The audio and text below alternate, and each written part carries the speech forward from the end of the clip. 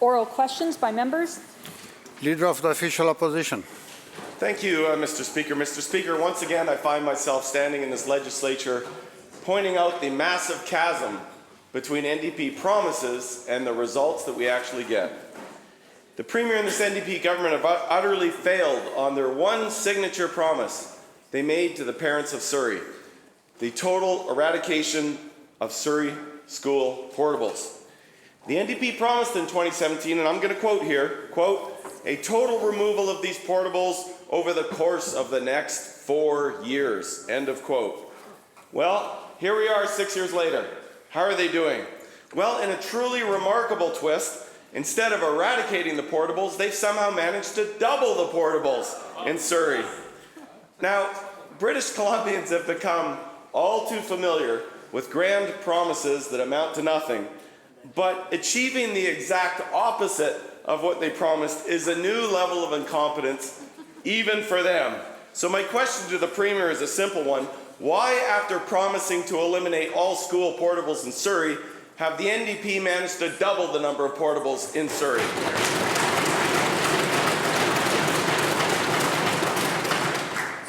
Premier.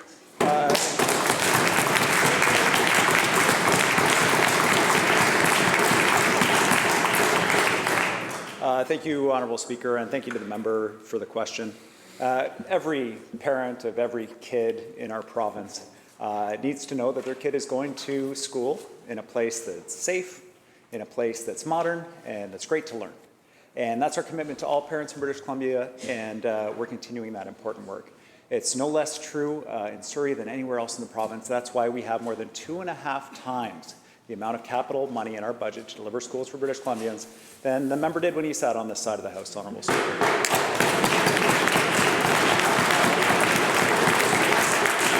Specifically on the issue of Surrey, we have opened 10,000 new spaces for students. There's 16 new schools or additions that are complete or underway across Surrey.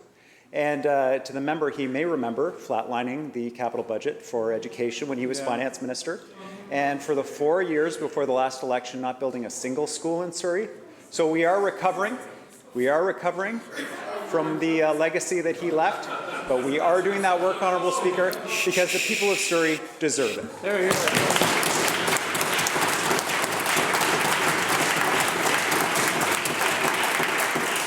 Leader of the Official Opposition, supplemental. Thank you, Mr. Speaker. Please, we can't deal with any more recovery. My God. I mean, this is a classic example. We'll double the amount of money we spend to get double the worst results. I mean, it's unbelievable. But, you know, as much as the Premier will try and duck and dodge, the bottom line is he cannot ignore the fact they promised to eliminate portables within 4 years, and they've somehow managed to double the number of portables in Surrey. But it gets even better. Stay tuned. It gets even better. Because now, in a truly historic manner, they are now going to introduce NDP double-decker portables. That's right. Double-decker portables. Right now, they are stacking portables on top of each other at Fleetwood Park Secondary School. Here's a letter from the Surrey Board of Education sent to the Minister yesterday, copied to all the Surrey MLAs, and it reads, and I quote, "We have tried to advocate for funding privately and held meetings with you, the Ministry, and local MLAs. Unfortunately, these meetings have not resulted in sufficient funding." End of quote. Now just picture this, Mr. Speaker. All those NDP MLAs, including, by the way, the Surrey MLA, who's the Minister of Education, have totally failed on the one signature promise they made to the parents and children in Surrey, and that is to deal with the issue of portables. So again, a simple question to the Premier. It's actually about portables, and I say this on behalf of all the parents of Surrey. How on earth did the Premier manage to, instead of eliminating portables, double them and now double-decker them?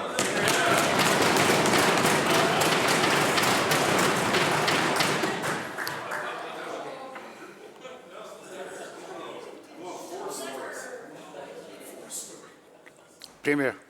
Thank you, Honourable Speaker. Our province has seen incredible growth.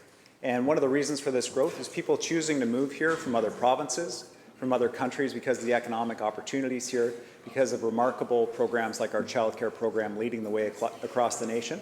And that's good news for us. We're growing, we're a successful province, but it brings challenges. Our infrastructure is facing major strains. We committed almost $100 million to Surrey specifically because that community is growing so quickly. They're seeing the bulk of this growth. And that, it's good news for Surrey, it's good news for BC, but we got to meet that need. That's why we have... Members, please continue. Literally the equivalent of 400 new classrooms, 10,000 new spaces for students in Surrey, spaces that should have been built, frankly, should have been well underway when the members on that side of the House were on this side of the House. Honourable Speaker, I don't know...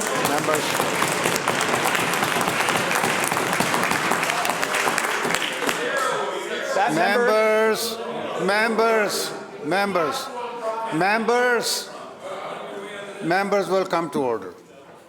That member is smiling, Honourable Speaker, but I don't know how you stand up and smile and ask that question when you didn't build a single new school in Surrey and sold the land that the schools were supposed to be built on, Honourable Members. Speaker. I'll tell you this, the parents of Surrey weren't smiling when he was sitting on this side of the House.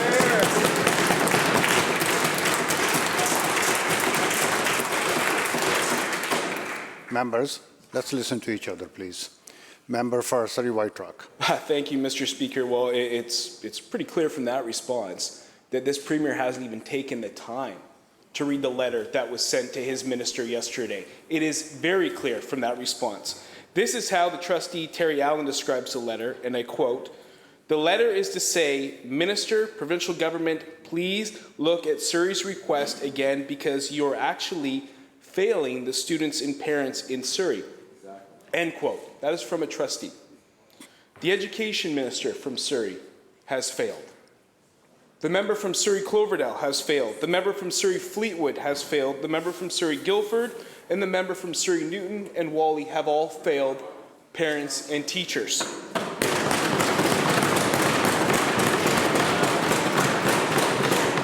But this failure in Surrey, this campaign promise that has been broken again and again, falls at the feet of this Premier. So my question to the Premier is today, when will this Premier stop failing students and parents in Surrey by doubling up on portables? Minister of Education.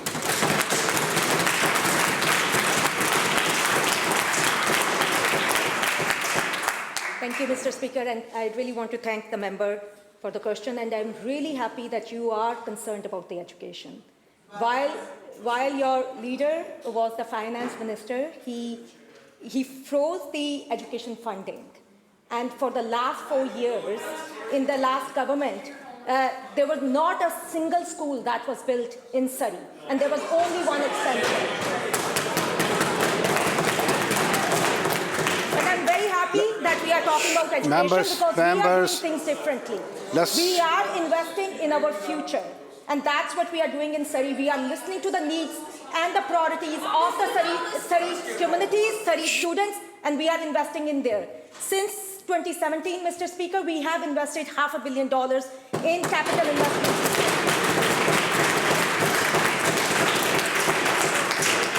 That has opened 6 new schools, Mr. Speaker. Many new expansions and many more are coming. We'll keep on listening to the needs of the Surrey community and we'll keep on working on that. Member for Surrey White Rock, supplemental. Thank you, Mr. Speaker. Let me say it again.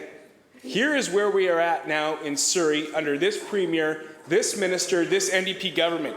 Double-decker portables. Double-decker portables. That is the vision for the NDP in Surrey. Members, so, please. You know what? Here's what this Premier is doing.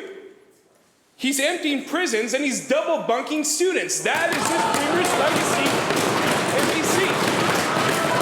It's that. Instead of eliminating portable, and the Premier laughs and he thinks it's funny. He thinks it's funny that students will go their entire career in a portable. Members. The Premier finds this funny. I have students, I have kids that go to school in Surrey, constituents that do. The Premier should know he campaigned on a promise. He has broken that promise. Not only has he broken it, he's doubled down on it. He's doubled down on it. Now we're getting double-decker portables. Trustee Terry Allen says again, and I quote, "Eliminating portables will never happen in my lifetime," end quote. So instead of laughing, can this Premier get up in the House and admit he has absolutely failed Surrey, the parents, the students, and why is he doubling down on this failure and doubling up on portables?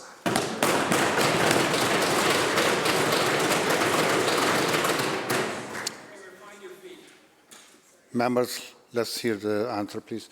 Minister of Education. Thank you, Mr. Speaker. Mr. Speaker, we are creating 10,000 new seats in Surrey, and that is equivalent to 400 new classrooms. We know that Surrey, more than 250,000 people made British Columbia their home, and many of them chose Surrey, and rightly so, as I did more than 20 years ago. Surrey is one of the best places to live here in British Columbia. And last year, Mr. Speaker, we had over 1,700 new student seats open compared to last year. We will keep on working. We have a list of the schools that have opened. I would love to tell the member all the schools that have opened, all the seats that we have created. We'll keep on working with the Board of Education, listening to their needs and their priorities.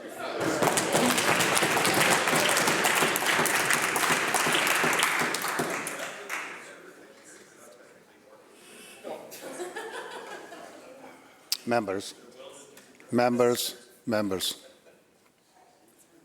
House Leader of Third Party.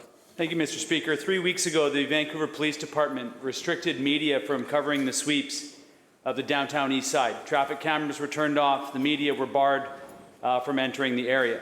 Police chief cited privacy and safety concerns. It's part of a pattern of concerning police behavior that seems to be increasing. Last year, media was restricted from covering the ongoing demonstrations on Wet'suwet'en territory, and journalists were unlawfully arrested. It also occurred at the demonstrations at Ferry Creek. Media restrictions placed by the RCMP were found to, quote, interfere with the important liberties of members of the media, end quote, by Justice Thompson of the BC Supreme Court. A free press is necessary for a healthy democracy, but despite warnings from our highest court, police forces continue to restrict media and hope to get away with it. My question, Mr. Speaker, is to the Solicitor General. What has he done to support the freedom of the press in incidents involving the police? Solicitor General. Thank you, Honourable Speaker, and I appreciate the question for the member. And what I can tell him is that, as he well knows, there are processes and procedures in place to guide and that are often ruled on when complaints are brought. There is a complaint process, and individuals can bring those complaints forward, and they will be acted on. In some cases, they're determined in a court of law, and the court and the judge make a ruling, and my expectation is that the police abide by those rulings. I note some of the things that the member noted, particularly in Vancouver. It was out for about 10 minutes. It was not anything malicious.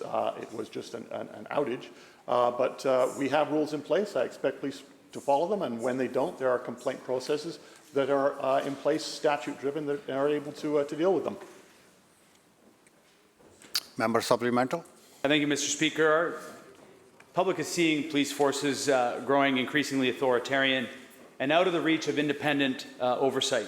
The RCMP are not directly accountable to the communities they serve. They're accountable to Ottawa. The BC Conservation Service is a quasi-police force. They're embedded within the provincial government but don't have any policing oversight body.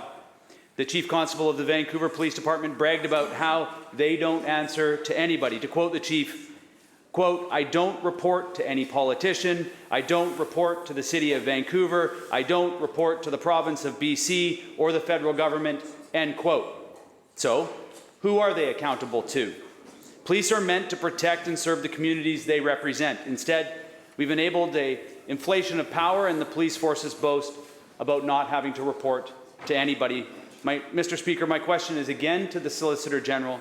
A special committee of this House tasked by him with reforming the Police Act and delivering better accountability for police forces was one of our recommendations. What progress has he made to this recommendation? Solicitor General. Thank you, Honourable Speaker, and I appreciate the question. First off, the police are accountable. They're accountable to the public, they're accountable to their communities, they're accountable to the province, they're accountable to the federal government. And there are mechanisms in place to ensure that. One of the things, and they have a very difficult job, as the member well knows, and I think all of us in this chamber know. But what I can also tell the member is that the work of the All-Party Committee, my ministry has been working very hard on those recommendations. There will be a phased approach in terms of dealing with the recommendations in that committee. The first phase will be dealing with with governance and oversight issues. Some of them identified in the all-party report, others identified by work that's gone on within my ministry. And it is my expectation and my plan as minister to have legislation dealing with those particular issues ready for the fall session this year when we come back in October. Member for Peace River South. Thank you, Mr. Speaker. Since 2017, there's been a staggering 191% increase in critical injuries and deaths of children known to or in the care of this government. BC's representative for children and youth has reported 528 lost lives and 7,362 gravely injured children. In our Committee for Children and Youth, we've had to listen to the heartbreaking stories of this loss. And the painful reality that we hear on this committee, though, sharply contradicts the repeated promises and the comments made by this Premier and his party when they were in opposition.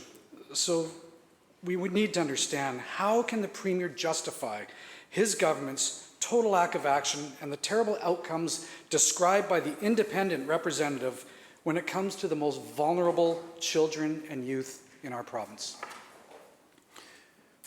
Minister of Family and Children Development. Thank you very much, Honourable Speaker, and thank you to the member for the question. We are absolutely committed to making sure that every child is safe and happy and healthy and is brought up with loving parents. We know that the best outcomes for children and youth are for them to stay connected with their family where it's safe, for them to always stay connected to their family, to their community and to their culture as well. We are taking steps to change how services are delivered in British Columbia. We know that for far too long, Indigenous children and youth have been overrepresented in the child welfare system, and we're making significant changes in the system to make sure that we address that overrepresentation. Members of this House know that we passed important legislation last year to support Indigenous nations exercising their jurisdiction, so nations will be delivering services for children, youth and families in their communities. And the bill has just passed third reading that supports our work on youth transitions. So we know again that the outcomes for children and youth leaving government care, they are terrible outcomes and they're disproportionately represented in so many terrible statistics, including the superhighway to homelessness, Honourable Speaker, where we are implementing for the first time in British Columbia, a suite of comprehensive supports that support young people to still have a home after the age of 19, to have access to rent supplements if they're in market rental. There'll be income supplements, access to more education and more cultural supports, Honourable Speaker. There is a lot more work to do, but we have started the work. I'm hearing from children and youth and young people saying that it's making a real difference in their lives. And that's the work that we'll continue to do to help children and youth thrive. Member for Peace River South, supplemental. You know what would have made a real difference is actually action from this government. And meanwhile, those are hollow words for 528 children. 528 children that have died while under the responsibility of this government. You know, the independent representative for children and youth points to factors such as the overdose crisis, mental health issues, violence, sexual exploitation. The NDP government's response actually has been shamefully inadequate. And I read a quote right out of the report. The outcome of this inaction of this government is seen daily in the injuries, the deaths, and individual advocacy issues reported to the RCY. From 2017 to 2021, the representative actually has provided 63 recommendations in 10 reports. And what's happened under this government? 9 recommendations, 14% have actually been looked at and completed.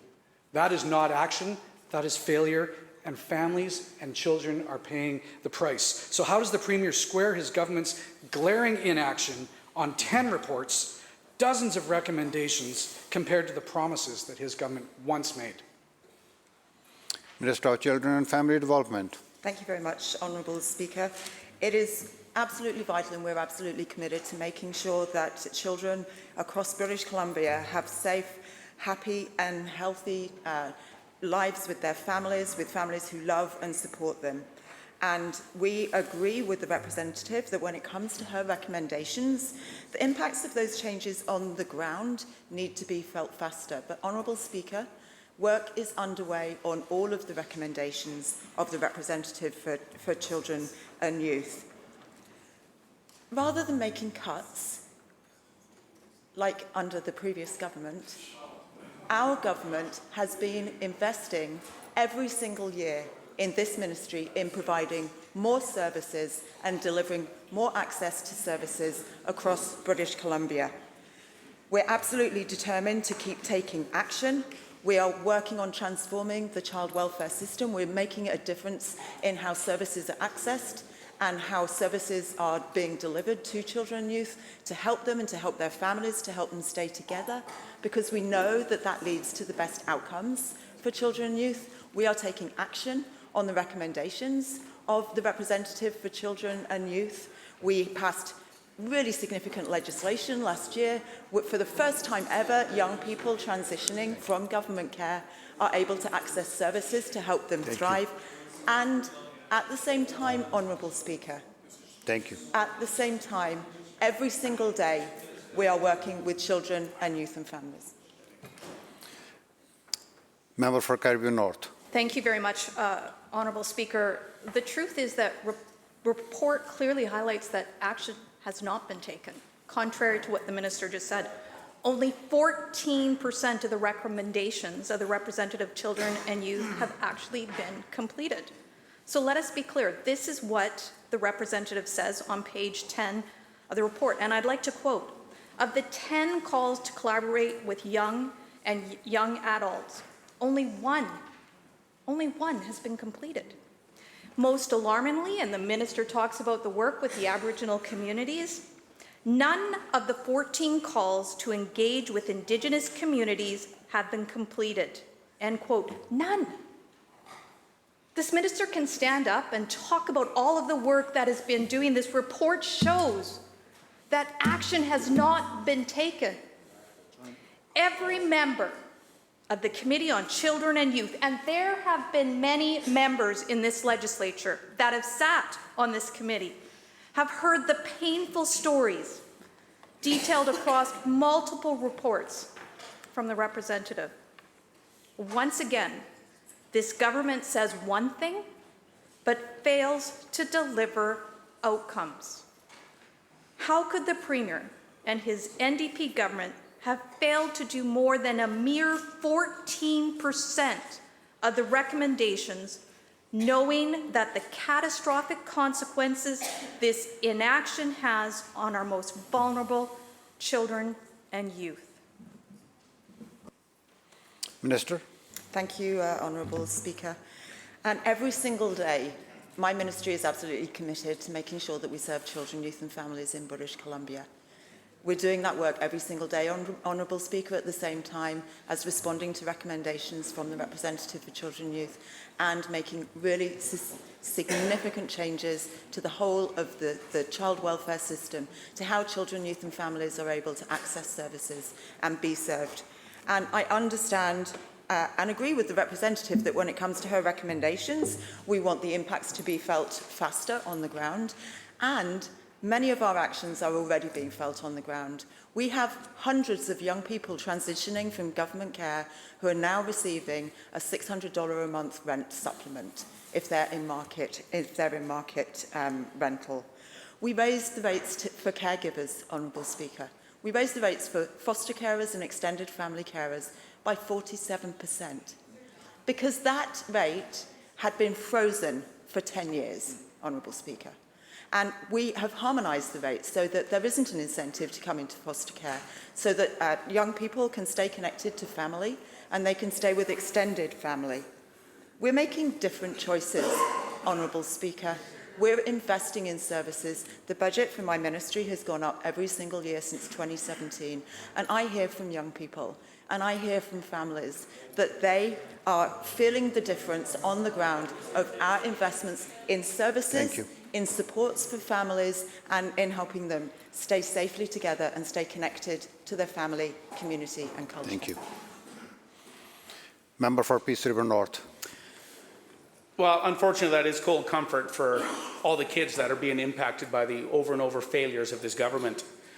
The representative says on page 19 of the report that this government's inaction has denied children essential services, stating that they, and I'll quote, will not see the impact of this important work during their childhood.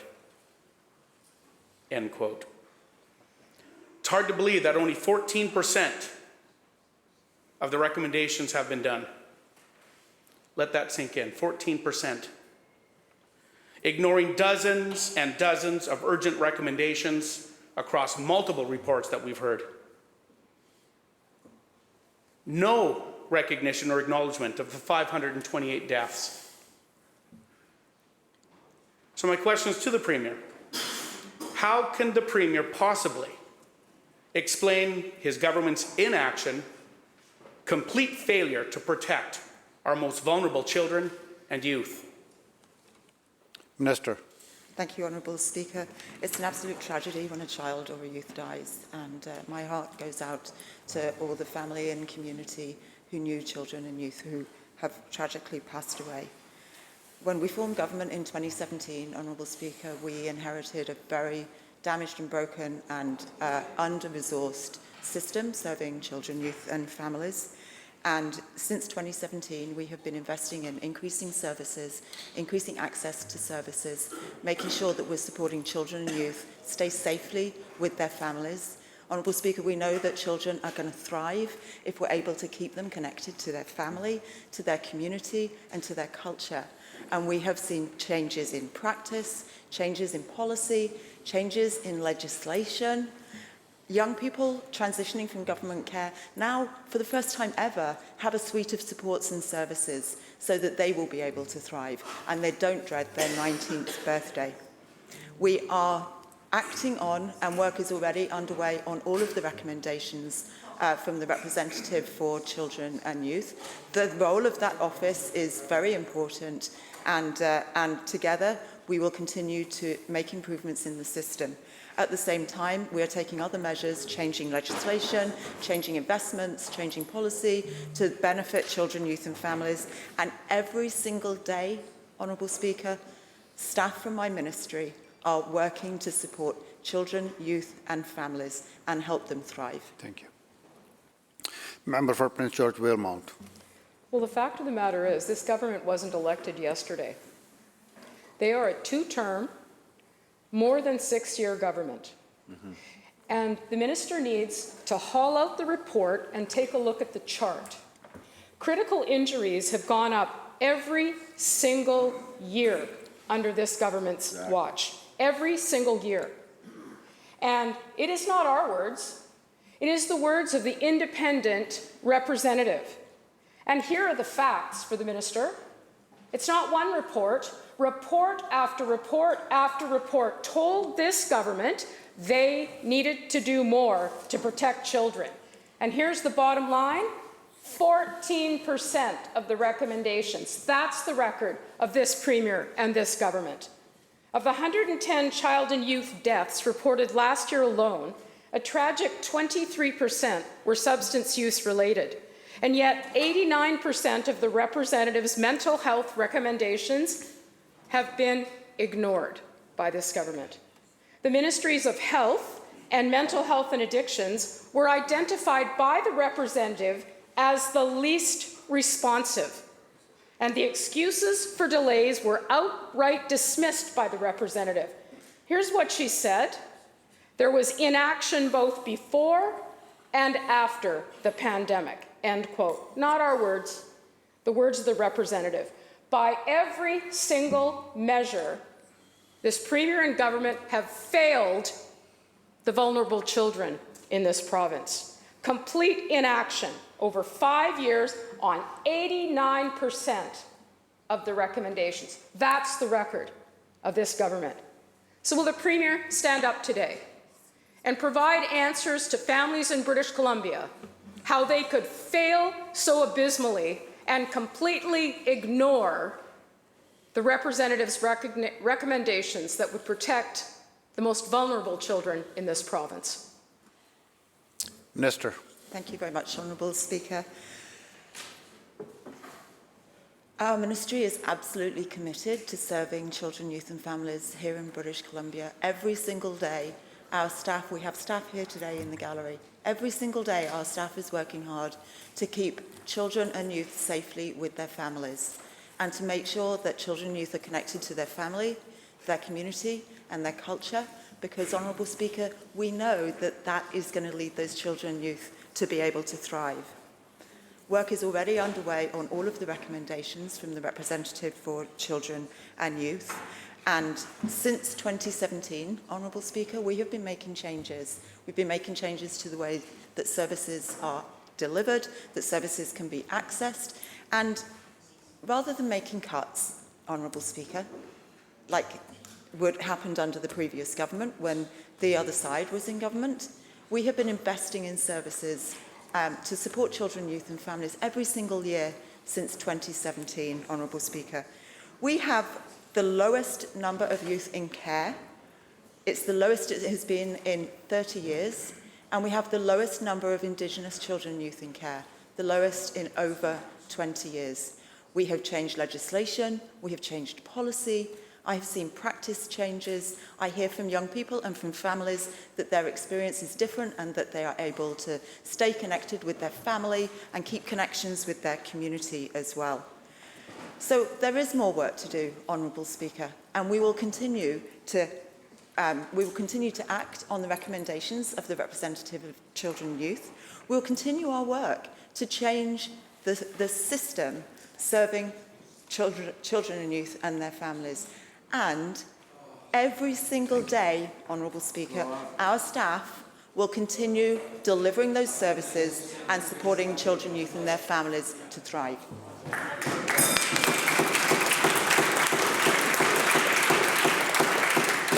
The bell ends the question period.